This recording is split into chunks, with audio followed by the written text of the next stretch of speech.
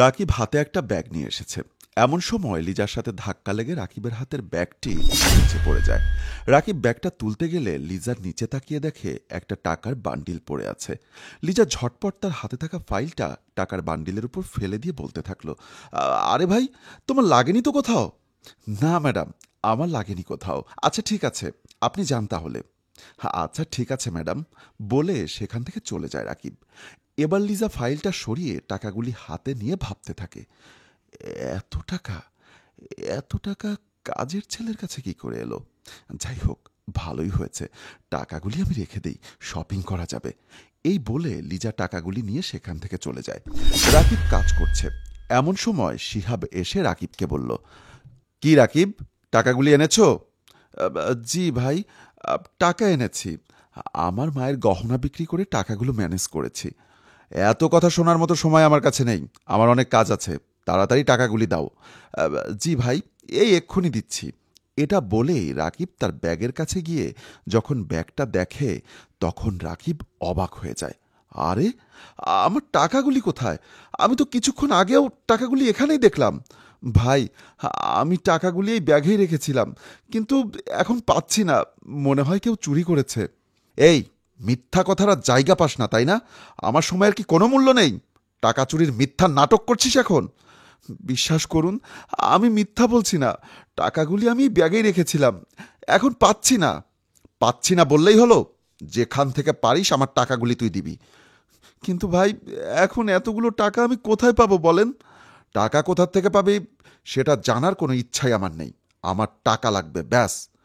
এমন সময় মারুফ সেখানে এসে জিজ্ঞেস করল, এই, কি হয়েছে এখানে? এত চিল্লাচিল্লি কিসের? আরে দেখুন না ভাই, ও আমার কাছ থেকে 1,00,000 টাকা ধার নিয়েছিল। আজ সেই টাকাটা দেবার কথা, কিন্তু এখন বলছে এখান থেকে নাকি ওর টাকাটা চুরি হয়ে গেছে। কি হলো রাকিব, উনি যা বলছে সেটা কি সত্যি?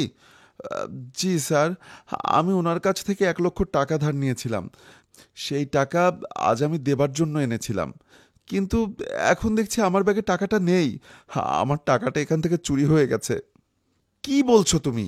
এখান থেকে তোমার টাকা নিবে কে? তুমি কি সব বলছো? তোমার কি মাথা ঠিক আছে?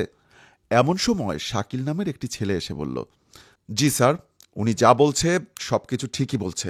এখান থেকে ওনার টাকা চুরি হয়েছে, আর ওনার টাকাটা কে নিয়েছে সেটাও আমি জানি। তুমি জানো কে নিয়েছে? তাহলে বলো, কে নিয়েছে টাকা? স্যার, টাকাটা আমাদের ম্যাডাম নিয়েছে। এই কথা বলার সাথে সাথেই মারুফ শাকিলের গালে কষে একটা চর বসিয়ে দিয়ে বলতে থাকে, কি, তোর এত বড় সাহস? শেষে কিনা তুই আমার স্ত্রীর নামে চুরির বদনাম দিস? এই, আমার স্ত্রী টাকা নিতে যাবে কেন? ওকে আমি কিসের অভাবে রেখেছি? টাকা পয়সা যখন যা লাগে তখনই আমি ওকে সেটাই দিয়েছি, তাহলে ও কেন এই কাজ করতে যাবে? সেটা আমি জানি না স্যার, ম্যাডাম কেন এটা করলো, তবে এটা শিওর, টাকাটা ম্যাডামই নিয়েছে। এটা বলার পরই মারুফ তার স্ত্রী রিয়াকে কল করে। হ্যালো রিয়া, কোথায় তুমি? এক্ষুনি একটু নিচে এসো তো। এর কিছুক্ষণ পরেই মারুফের স্ত্রী রিয়া তাদের সামনে আসে। তখন মারুফ বলল, এসব কি শুনছি রিয়া, তুমি নাকি রাকিবের টাকা চুরি করেছো? এটা শোনার পর রিয়া একটু চমকে গেল।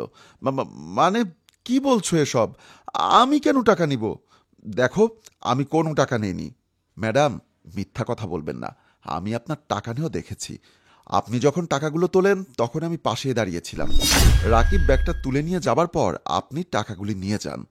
এই ছেলে, তুমি একদম মিথ্যা কথা বলবে না। তোমার এত বড় সাহস, তুমি আমার নামে মিথ্যা বলো? রিয়া, তুমি কি সত্যিটা বলবে নাকি আমি সিসি ক্যামেরা চেক করব? হ্যাঁ, টাকাগুলি আমি নিয়েছি।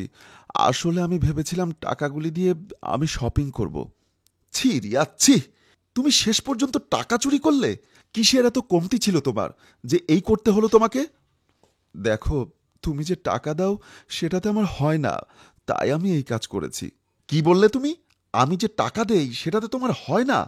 আরে, তুমি তো ঘরের বউ, তোমার লক্ষ্য থাকবে কোথায় 2 টাকা সঞ্চয় করা যায়। তুমি সেটা না করে উল্টো বিলাসিতা করে বেড়াচ্ছ। তার মানে আমি তোমাকে টাকা কম দিলে তুমি চুরি করবে? না না, তোমার পানিশমেন্ট হওয়া উচিত। আজ থেকে আর একটা টাকাও তুমি আমার থেকে পাবে না। দাও, টাকাগুলো আমাকে দাও। এবার রিয়া টাকাগুলি বের করে মারুফকে দিয়ে দেয়। মারুফ টাকাগুলি রাকিবের হাতে তুলে দিয়ে সেখান থেকে চলে যায়। এদিকে রিয়া মারুফের দিকে ছুটতে থাকে।